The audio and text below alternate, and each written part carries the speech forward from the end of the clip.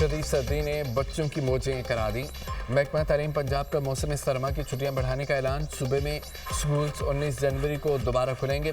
سندھ میں سردی کے باعث سکولوں کے اوقات میں تبدیلی۔ 26 جنوری تک سکول صبح 9 بجے کھولے جائیں گے۔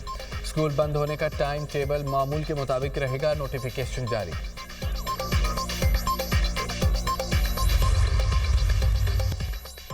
امریکہ میں فائرنگ کے واقعات میں اضافہ۔ ریاست مسیسپی میں فائرنگ سے بچے سمیت 6 افراد ہلاک۔ شہر کے 3 مختلف مقامات پر فائرنگ کی گئی۔ پولیس نے فائرنگ میں ملوث ملزم کو گرفتار کر لیا۔ شناخت 24 سالہ سیٹیون کے نام سے ہوئی۔